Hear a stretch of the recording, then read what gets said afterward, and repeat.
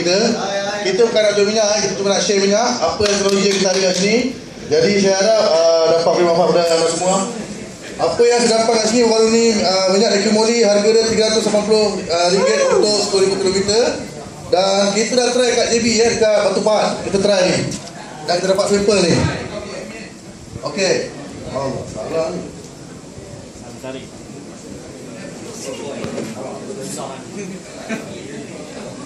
Okey, bukan kita cakap minyak ni bagus, minyak ni bagus. Cuma saya tak pasti minyak ni sebab ada sintetik.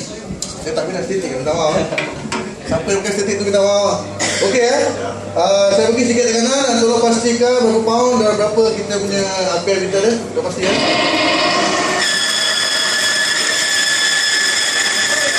Banyak ada 2 pound ini bang. Ini minyak Liqui Moly RM380 untuk 10,000 km bang. Okey bang.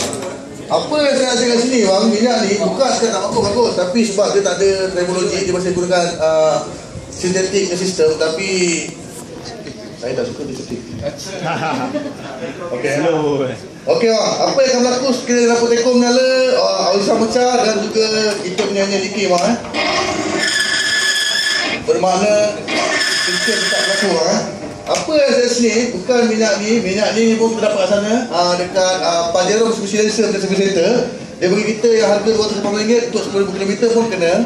Sebab apa? Selagi dia masih menggunakan sintetik, dia tak menggunakan teknologi, selagi tu dia menghasilkan eksternal Maaf cakap dah suka. Okey bang, kita terus start kita bang. Mana yang tu demo tolong mati yang betul bang Kita punya minyak teknologi bang TCL bang. Oh. Okey bang. Tadi 20 pound 30 pound je bang Tolong pasti baik minyak kita dia terbuat sikit bang.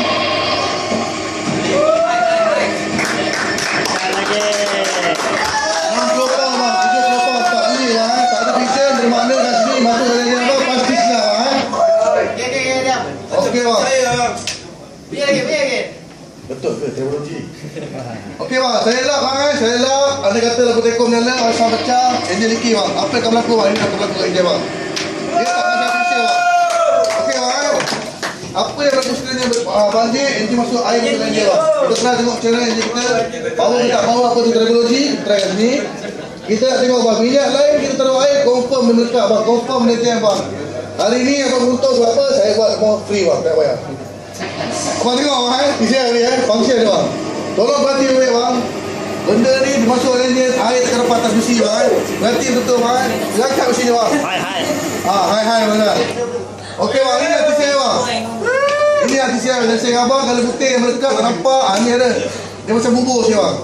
Betul tu tepi sikit tak nampak. Sama bang. Abang dengan kakak tak ada. Okey kakak tu bang.